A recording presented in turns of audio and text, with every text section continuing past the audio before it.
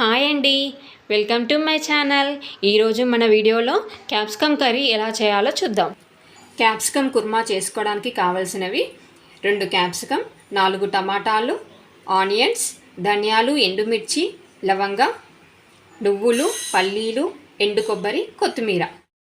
Stove on చేసుకొని కడాయి పెట్టుకొని దానిలో నువ్వులు వేసుకొని వేయించుకోవాలి.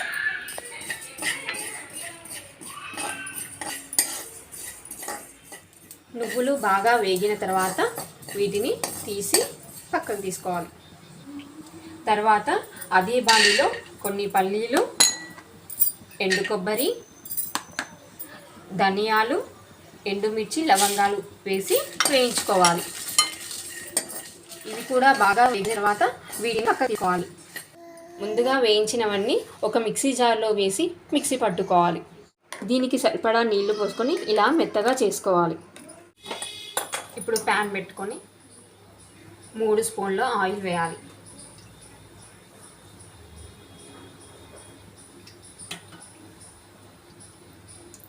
ఆయిల్ బాగా వేడిన తర్వాత పోపు దినుసులు వేసుకోవాలి. ఇందులోనే ఆనియన్స్ కూడా వేసి ఫ్రై చేసుకోవాలి.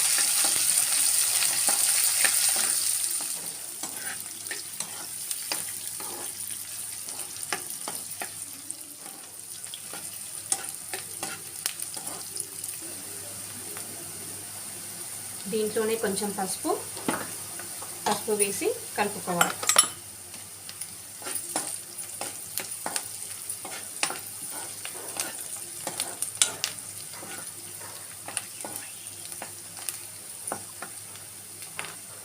ఆనియన్స్ కొంచెం వేగిన తర్వాత కొంచెం అల్లం వెల్లుల్లి పేస్ట్ వేసి కలుపుకోవాలి.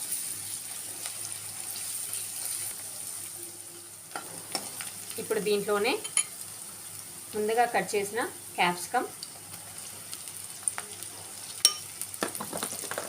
టొమాటోలు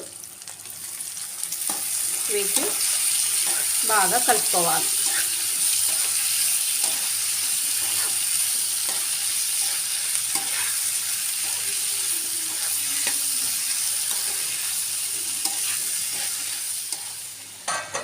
మధ్యలో కొంచెం త్వరగా మగ్గడానికి కొంచెం ఉప్పు వేసుకొని కలుపుకోవాలి.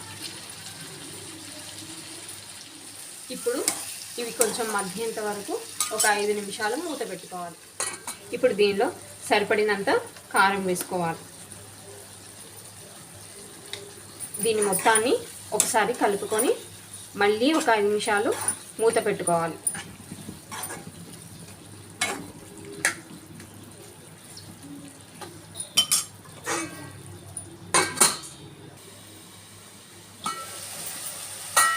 ఇప్పుడు ఇది కొంచెం ఉడికిన తర్వాత ముందుగా పేస్ట్ చేసుకున్న మిశ్రమాన్ని దీనిలో వేసుకోవాలి.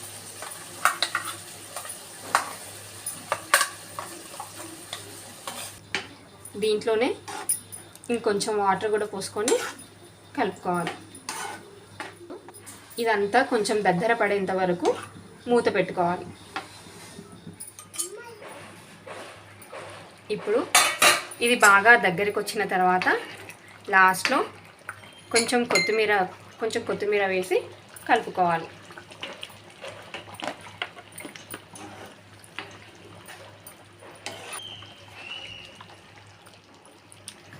కర్రీ ఇలా దగ్గర పడితే సరిపోతుందండి. చల్లారిన తర్వాత ఇదంతా ఇంకా దగ్గరికి వచ్చేస్తుంది.